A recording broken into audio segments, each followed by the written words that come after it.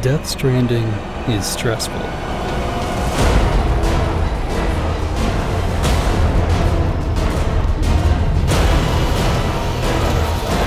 Really stressful. But it's funny because somehow it's also the most calming, meditative playable experience I can find outside of Shadow of the Colossus. Kojima Productions manages this fine line really well, and I think I know why. For those who are only familiar with the name, Death Stranding's gameplay format is as simple as it comes, in relation to real life, funnily enough. You play as a delivery man who is responsible with delivering cargo to the few remaining citizens of the United States. But the challenge comes from the actual act of navigation.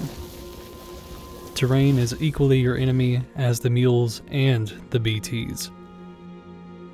You must assess what's ahead and make thousands of small decisions every minute to reach your destination in one piece.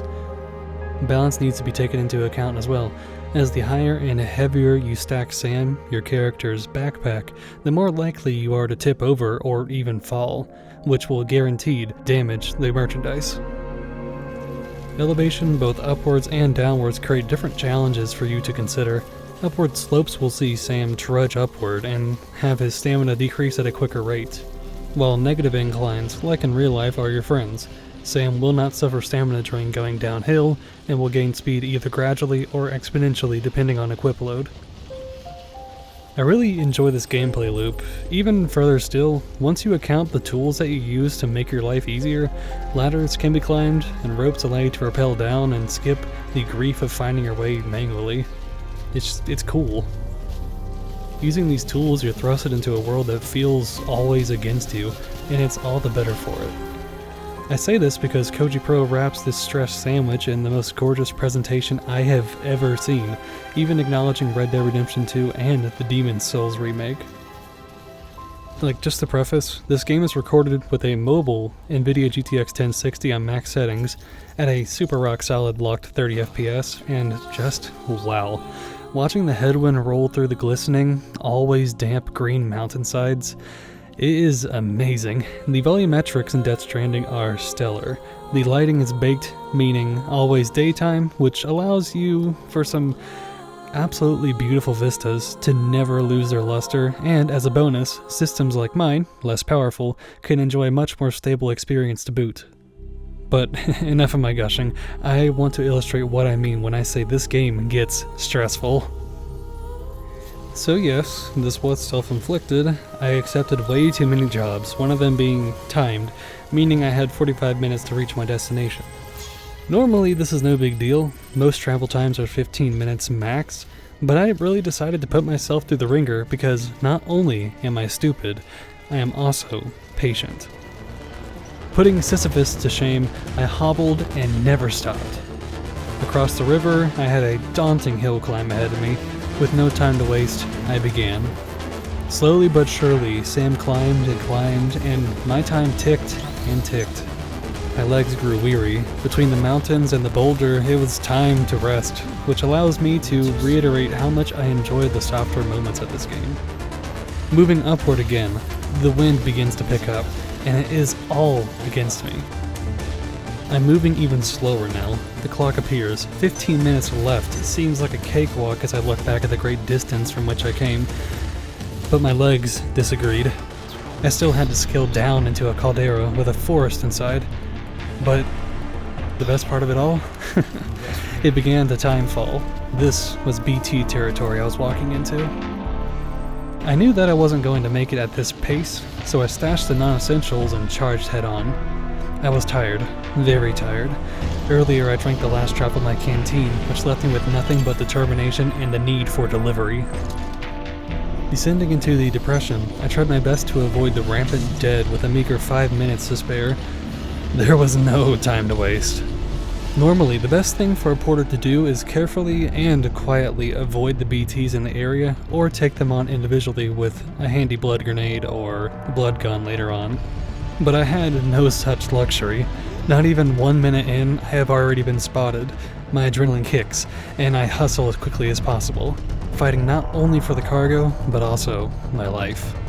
Endure, until I couldn't anymore. I was brought to my back, dispelling my cargo, and pulled far away to the hell that awaited me. Black ooze erupting from the very ground, trees began to sink and rocks disappear. I had only one option: to run. 43 minutes have elapsed. I am sprinting away as fast as possible thanks to my adrenal glands. Miraculously, I retrieved it and made it safely, but my terror has not yet subsided. 44 minutes have elapsed. I ran as fast as humanly possible. Sam hurried as well. There was no time left. My stamina reservoir was slashed and my acting bar depleted. Yet, we pressed on and never looked back, for we had not that luxury. 44 minutes and 24 seconds have elapsed by the time I reached the terminal. I wasn't sure if time was still being counted there, so I fumbled over every single menu prompt until finally, and on time, I made it. I did it. We did it.